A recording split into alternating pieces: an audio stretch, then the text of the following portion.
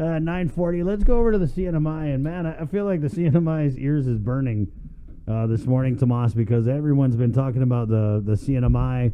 And, I said it earlier. I think that, I don't know how it happened, but are we now playing catch up to the CNMI and the way they're responding to COVID-19? I think some people feel that way. I'm not sure. Maybe we could, after your report, ask you about that, Tomas. But again, with the latest in the from the Commonwealth of the Northern Mariana Islands, Tomas Manglona. Good morning, Tomas. Good morning, Chris and Bree. Wanted to start with some of the latest news we got just a few minutes ago. Governor Torres and Lieutenant Governor Palacios here in the NMI announced the launch of a new website for the CNMI Office of the Governor. That website is governor.gov.mp. Again, that's governor.gov.mp. And I'm taking a look now at the website, and they have a page here for the latest information on coronavirus disease 2019, COVID-19.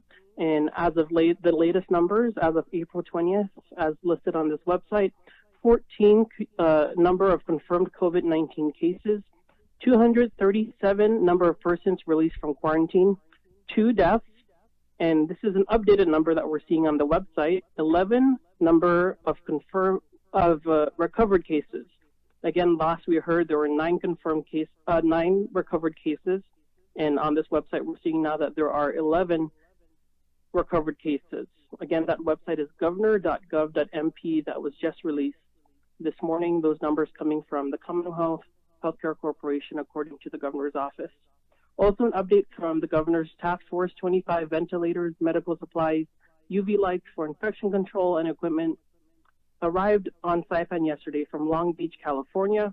CHC is working to organize a free and open testing option.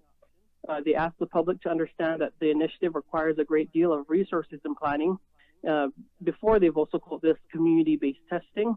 And they say that until open testing is available, to only seek care at the health tent or contact the COVID-19 info line in the NMI if you're experiencing symptoms. Again, the Commonwealth Healthcare Corporation reiterating that they will be working through the governor's COVID-19 task force to communicate a testing plan for the community. There is no finalized timeline as HCC continues to document its supplies and make their projections. We know that they're currently in meetings scheduling those plans to be rolled out to the community. We did hear yesterday, though, from the governor's office here in the NMI that drive-by testing is one of the options that they're considering. The governor's office says that they're mulling over several options, and they're also working to start scheduling those, and will let the public know when it's ready. Also, updates on the economic front in the NMI. CNMI governor will gather leadership to review and fully understand a timely, comprehensive presentation of the fiscal crisis in the NMI from April 22nd to April 27th. There's going to be an online summit with regards to the CNMI fiscal response. At the summit, they're going to assess the size of the deficit projected to be caused by the COVID-19 pandemic. One model shows that COVID-19 direct revenue shortfall is of $42.3 million with only half of the fiscal year remaining. And again, this summit is slated to take place on the 22nd to the 27th this week. It's called the CNMI Fiscal Response Summit. It's going to be held online on Zoom. Registration is being taken online. And some of the major goals they want to address at that summit is to assess the size and nature of the crisis by identifying the policy that they might enact and bring. Chris, I think also sharing with the viewers, we have plans to speak with the Public School Systems Commissioner of Education, Dr. Alfred Atta, who said he's going to be speaking with KUAM in the next few days, and also the Secretary of Labor here in the NMI, Vicky Beneventi. So that's the latest we have on containing COVID in the NMI. Well, that's a lot. Yeah, good job, Tomas. This website, did the governor not have a website previous, or this is just one specifically tailor-made for coronavirus response?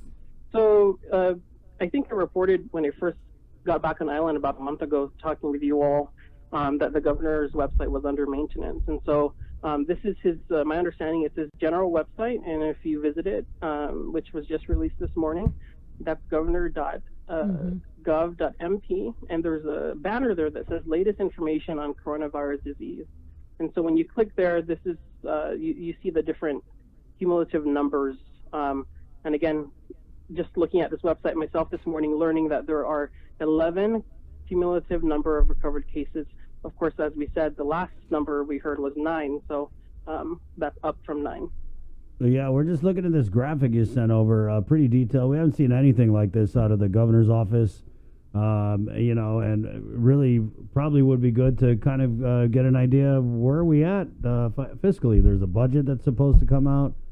So I think that's again pretty interesting that you're getting that level. I mean, it's kind of weird because they don't do press conferences, but it seems like they're pushing out information for you guys to report on. Is that accurate, Tomas, to say that? I mean, I know that that's no substitute for being able to ask questions and ask follow-up questions. Mm. Yes, the information is coming in. That's correct, and we're seeing that even the summit that's going to be held tomorrow. I register for it personally, and you're able to tune in on Zoom. I believe is where it's being held, and more information can be found on those socials. I think everything right now is being directed to these governor Facebook pages and governor websites. Because I'm sure everyone knows now, even on Guam, that's the case. I feel. Right, it's definitely a pivot. That's a nice way to put it. We're excited to talk with Commissioner of Education, Dr. Alfred Atta, because lots of folks want to know exactly what's happening in the public school system here, especially as we heard about those hundreds of furloughs and of course that injunction. Yeah, that was and graduation is let's not forget about the students. That's right, and I think I saw the local media reporting that one school is trying to plan, I think, a drive-through graduation of some sort. But we'll see. We'll ask him about that. Oh, that's new. That's strange times we're living in, to quote the Archbishop. Actually, he said strange times. Two stranges. All right, Tomas. What are you working on for today, my man? Yeah, well, I'm just combing through that new report. It's dated March 31st. It was just recently posted on that website. So I'm combing through that to look at the numbers. I know everyone's, every time I've pulled in, it's been practically about the public health response. So kind of adding about the economic crisis response. I'll be tuning in tomorrow. And also, I just followed up on the 11 recovered cases.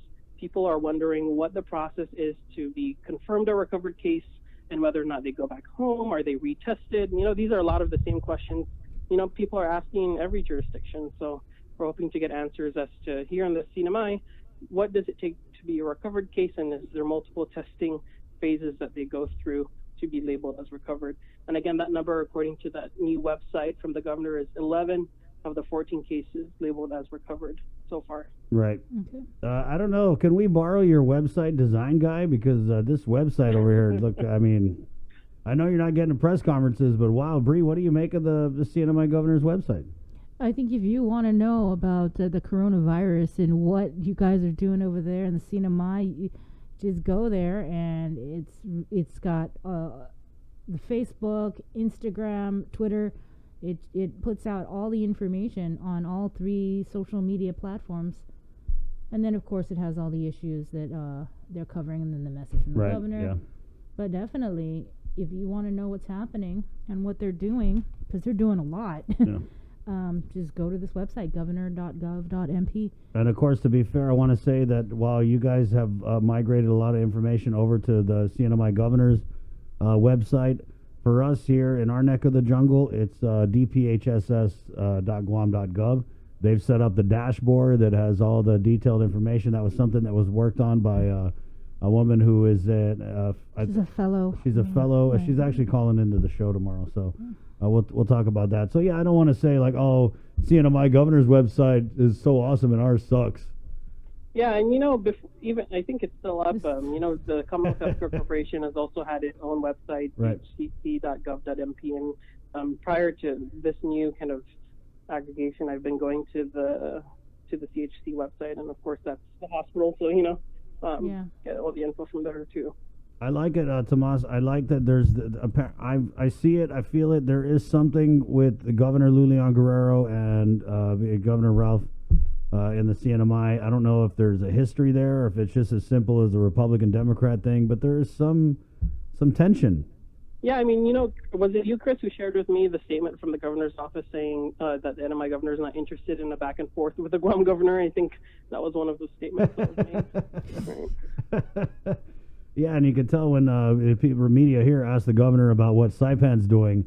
I mean, you could see in her body language, it's getting her worked up, So I don't know. I think people are. It's just a classic compare and contrast. So we're seeing what they're doing versus what we're doing here, and then we're kind of gauging that with what people are doing around the world and around the nation to contain this deadly virus. And he's afraid. I'm just a messenger. I'm just sending you this information. Really, here comes that Tomas guy. Yeah, there's Tomas. Yeah, I'm just just passing on that information whenever I can. So that's my role. I appreciate it, Tomas. Appreciate your hard Great work. job. Thank you. Thank you. Have a great day. Okay. You too, and we'll see you later. Wash your hands. There you go. 9:49. That's, of course, Tomas Manglona covering CNMI Matters for us.